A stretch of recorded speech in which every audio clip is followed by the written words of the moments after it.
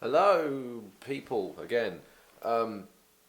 This episode's not going to make a lot of sense because it's like basically 3 months in the future when I'm now about to edit this, and I realised I haven't introduced it as a new video because I just filmed over the course of like 2 to 3 weeks of just random shit. So basically, this episode is going to be me mounting the rear subframe from an MX-5, which you saw me pick up in the last part of the video doing donuts, in the back of the Fiesta. But yeah, so this first clip's a little bit weird because it's just me explaining what I'm going to do, even though you've already seen me cut the rear out of the car in the last bit. But just bear with, because I didn't remember what I was filming, and yeah, so cheers, have fun. So, engine's mounted. Next thing, rear subframe. All of this has got to go. All of that, all of this, all the fuel pipes, fuel tank's got to go, exhaust, beam axle, everything. So I'm going to weld some plates onto the side of these frame rails, which I'll clean up and make less rusty. And then make some mounts off of here. Piece of roll cage tube all the way across in multiple points, because I've got a rear subframe for an MX-5. Insert clip of that car here. So basically, this is going to bolt into the back of the car. It's complete with drive shafts, diff, rear brakes, everything. Brake hoses, anti-roll bar. This diff is still good. It's an open diff, so that'll have to change. I've got to make a gearbox or a diff mount and a gearbox mount, because MX-5s don't have gearbox and diff mounts. So that's a thing, but that's a later problem. But what they do have, why I chose an MX-5 subframe, other than the fact I could get it, is that the subframe mounts literally on the corner of the subframe, here and over there, in a straight line.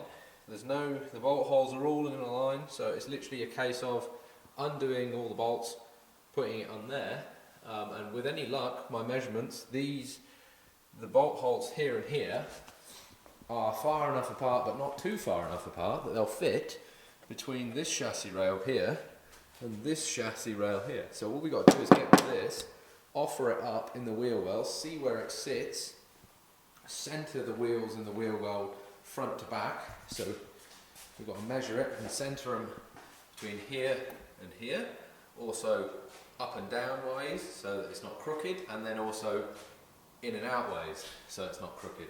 So it's another day again. I'm wearing a different shirt. I look equally as tired, but I've done more things.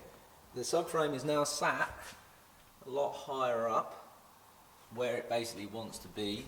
So I will then obviously attach the bars, but I've cut all of this out here because that was protruding out before, so I've cut that back.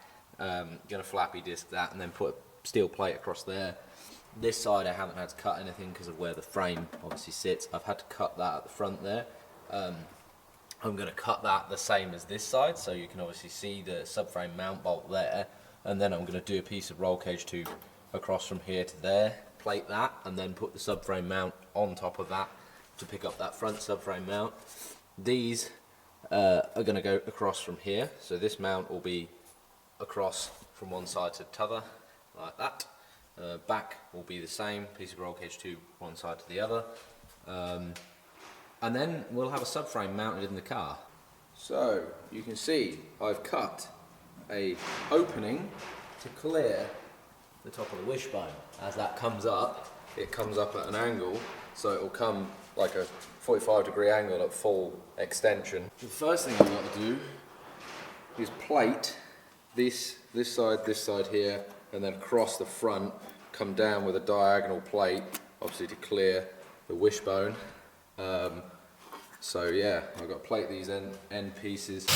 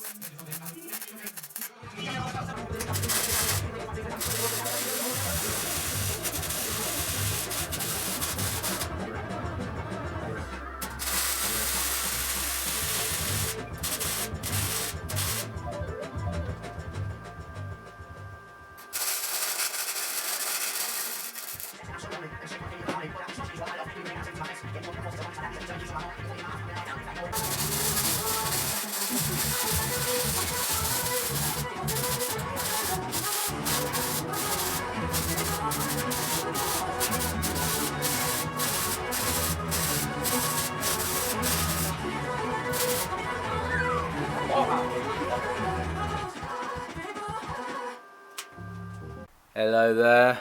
Oh, that's a horrible angle. I'm in the car. It's another other day and I'm wearing the same shirt yet again. I've got lots of energy, but it's all fake, as you can probably tell from my eyes, because I'm fucking knackered. Anyway, my beard's bigger than it was in the last clip. This is welded. As you can see, it's really hot because the whole car is smoking. Let's get it out of the way with. This weld here is fucking trash. Because, excuses, this is thinner than the rest of it. As it happens, this part of the frame on this side is thinner on that inside than this. See? Thinner. Anyway, so that bit's welded like trash. We'll get that out of the way with. But everything else is plated. Plate here, plate there, which I've just welded, that's hot. Plate here, and then up here is all welded nicely.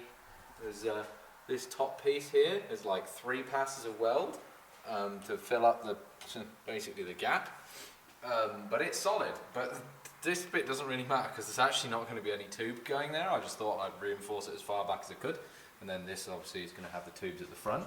So yeah, all of that's plated in there. So all I've got to do now is make these rails, drill the bolt holes out, 1, 2, 3. And then we can get the subframe mocked up, measure it, get a tube made to fit across from those first bolt points, and we're there. Subframe will be in the car hopefully this evening, as long as I've got enough roll cage tubing. So I'm going to do that now, drill all them holes, I'm sure you don't want to see it, and then bolt it to the subframe, and then we can start test fitting, because I'm eager beaver to get that cont in, as you can probably tell by how fast I'm talking. So I'm going to do that.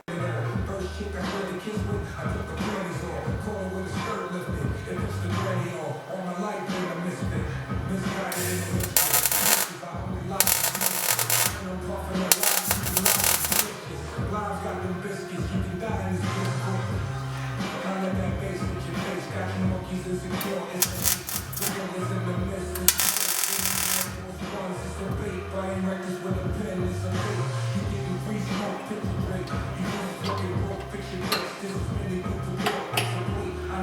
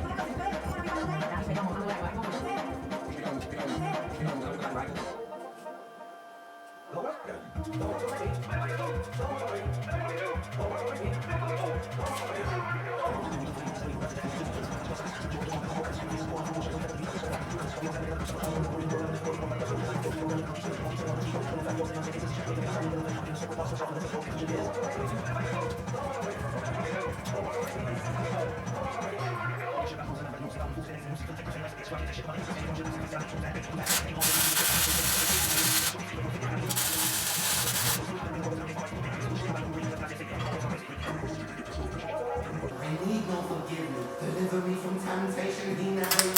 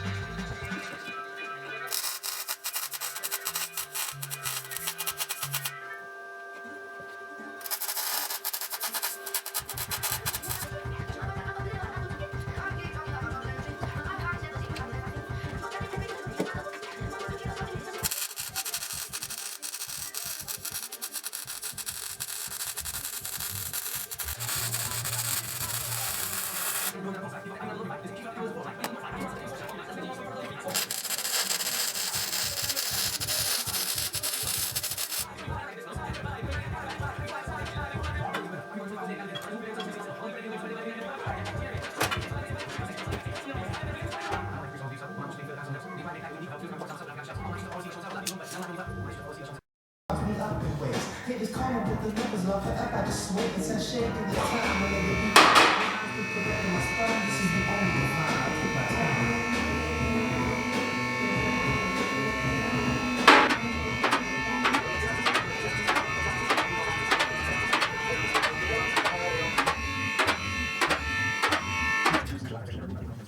It's in. I did it. I done it. There's that wheel arch. If you wanna screen clip, there's that wheel arch. The wheel is pretty much perfectly centered in the wheel arch, inside outside. There's the gap between here and there. There's the gap between here and there. Basically identical. It fits pretty much bang on. Like, yeah, you can't get any better than that.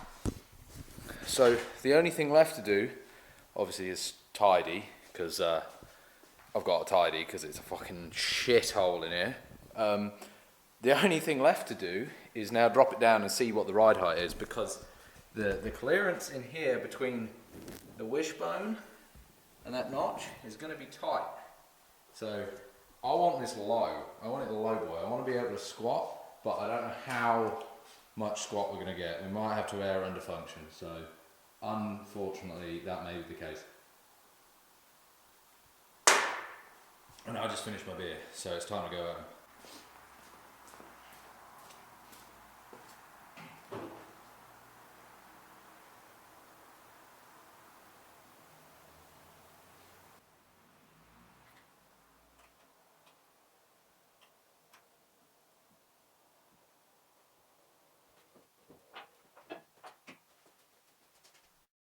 Okay, that's off the lift, and it's safe to say I think it would go low enough. Definitely going to need some camber correction arms, because I don't know if you can see that on camera, but that's a lot of camber. That is, I think, sat on the wishbones. I don't think it'll move. Oh no, it will move. Yeah, that is sat all the way out on the wishbones, but the subframe that I've made fits. It's all welded in. I don't know how well you see the welds. The welds are pretty dang good, if I do say so myself. Not the best work, but again, it's a bit of a fucking nightmare to even get in there. Oh, focus.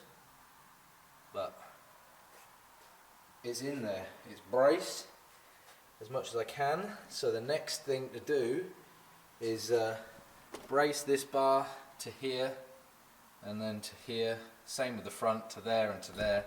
Brace them like fuckery. This is going to get gusseted here and here because I can.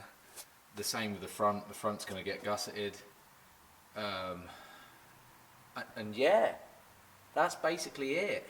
There's not really a lot extra to do. Obviously I've got to plate this whole back, but it's actually kept it pretty much below the level of the boot, so I've got a usable fucking boot floor. I can even put the seats back in if I didn't have to put a fuel tank there. So that's fucking mint. I'm well happy about that. I am well happy. The bar's welded in nice and strong and everything's there. I've just got to go and finish welding in here and here at the bottom, just all there, where I obviously can't get to at the minute because there is a subframe in the way. So next thing, I'll be dropping the subframe out of it again, welding all those gussets and everything, getting it finalised, get the front part of the bar tacked in as well. I haven't got enough room to do any roll cage tubing at the front there, as you've probably seen, so it's going to have to be a piece of 6mm plate instead, but that's fine. I can make that work. So next thing is to drop the subframe out, tackle the gussets in, drop the subframe out, and later on I'll come back and add some brace bars to this to keep it strong, plate something up here and up there. The next big job is get the shocks in so it can actually have suspension, because at the minute we are bottomed out, but fuck me, that's a lot of clearance. That is all the way bottomed out, and that's pretty much the ride height I want. So yeah, I might test it with the other wheels on, just because I can.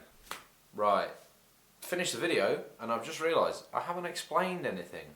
Subframe's in the car at this point. Next episode will be bracing everything, so extra gussets and braces and blah blah blah blah. I probably said. The rear wheels are like that because the suspension's all the way maxed out. The next episode will also be putting the coilovers in so I can actually set the ride height. Because of where the subframe's mounted, it's extremely low down in the car. The arms have to be like that sort of an angle to obviously get the ride height where it needs to be. So they're a little bit like that sort of thing. So the only thing I can do to combat that before anyone points it out is drop knuckles or drop spindles, whatever you want to call them. So basically the pickup points for the suspension are in a different place. They're either higher or lower depending on what you want, higher ride height, lower ride height. That's the only thing you can do to keep the geometry correct. What I've done for now, just temporarily to get the, rather than the wheels like that, to be like at least like that, I've cut and welded the upper arms to add a piece of tubing into them so that they're longer essentially, so that takes the camber out. long term, probably what I'll do is modify the upper arms further so that the bolt hole is slotted, so that you can adjust the camber. It's not ideal, but it's better than not being able to adjust it at all.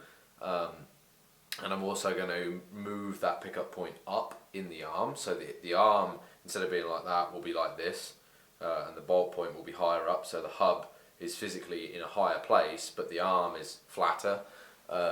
So that's what I'm going to do with the upper and the lower, just rather than getting drop spindles, because drop spindles are like 400, 500 quid. Don't really want to spend that immediately, especially if I don't have to. So that's what I'm going to do. I'll put a picture in of the arms that I made, and then now the camber that is there, but that's a future problem. I want to get it running and driving before that, and also get a set of coilovers in it that are decent.